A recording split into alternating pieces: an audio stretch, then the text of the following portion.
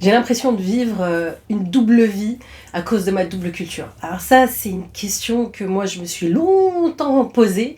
Et c'est vrai que j'ai eu cette position de me dire, tu sais, je suis qui? Parce que moi, je suis d'origine algérienne et donc je suis née en France, mais j'ai vécu la petite enfance en Algérie. Donc du coup, je l'ai vécu ce truc-là, où en Algérie, en fait, je suis la petite française, et en France, en fait, je suis l'algérienne.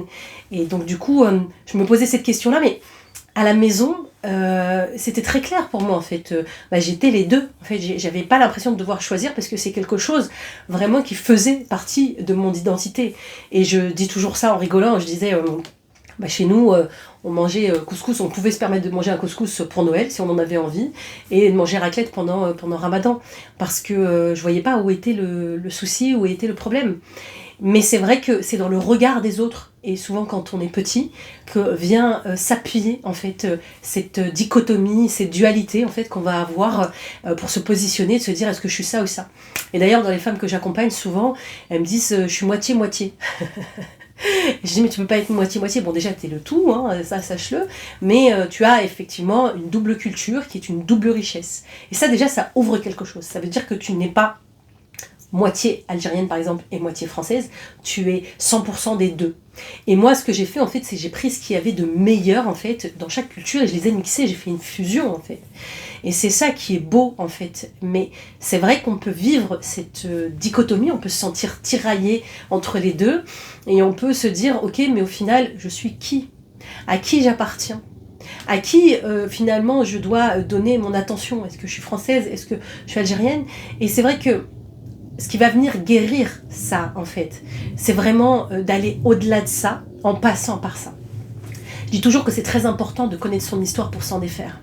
C'est important d'aller voir la richesse que t'as offerte, en fait, cette double culture. Qu'est-ce qu'elle a permise chez toi? Qu'est-ce que ça a donné comme couleur, comme singularité, en fait, dans ta personnalité? Parce que ça en a donné une.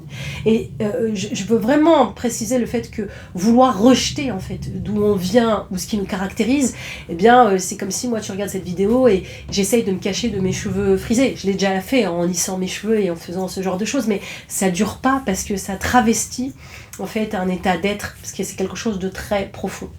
Et c'est pour ça que ça crée en fait cette polarité en fait où on a l'impression de vivre une double vie, où je vais être, quand je vais être avec ma famille, je vais être très dans la culture.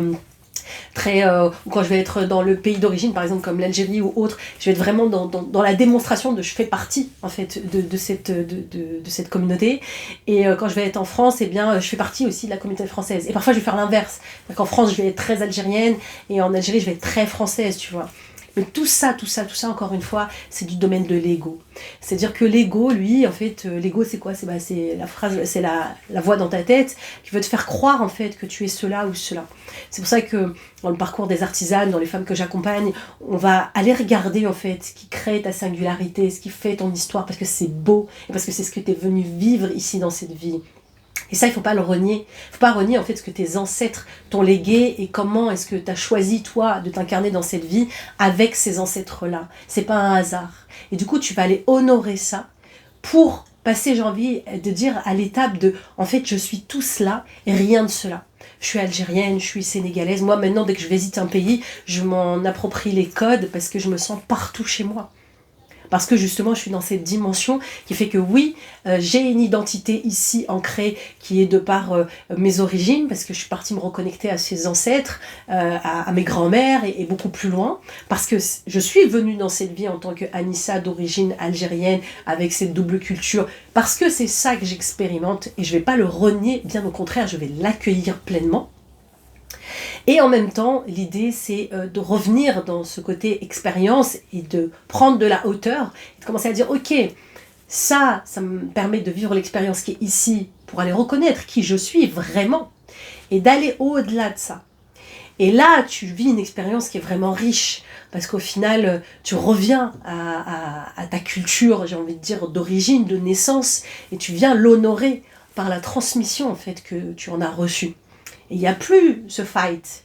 t'as plus besoin de ça parce que tu acceptes pleinement en fait le choix que tu as fait en tant qu'âme de venir t'incarner en fait dans cette culture pour pouvoir t'en libérer ou au contraire pour pouvoir en fait revenir à la source à travers cette culture. Peu importe la voie que tu choisiras, l'expérience est totalement personnelle. Mais c'est en abordant les choses de cette façon qu'il y a quelque chose qui est de plus grand qui va venir en fait s'apaiser en toi. Donc moi en tout cas c'est comme ça que je l'ai fait parce que déjà à l'époque j'allais dans la source de cette culture et j'allais à la rencontre de ma culture pour pouvoir vraiment m'en imprégner et la connaître et en extraire la richesse, j'ai envie de dire. Donc voilà, donc si tu as aimé le contenu de cette vidéo, je t'invite donc à mettre un pouce, à la liker, à la partager et puis à mettre un commentaire pour voir comment est-ce que tu te sens avec ces éléments qu'on a donc partagés aujourd'hui. Voilà, c'était Anissa, les artisanes Mayanissa.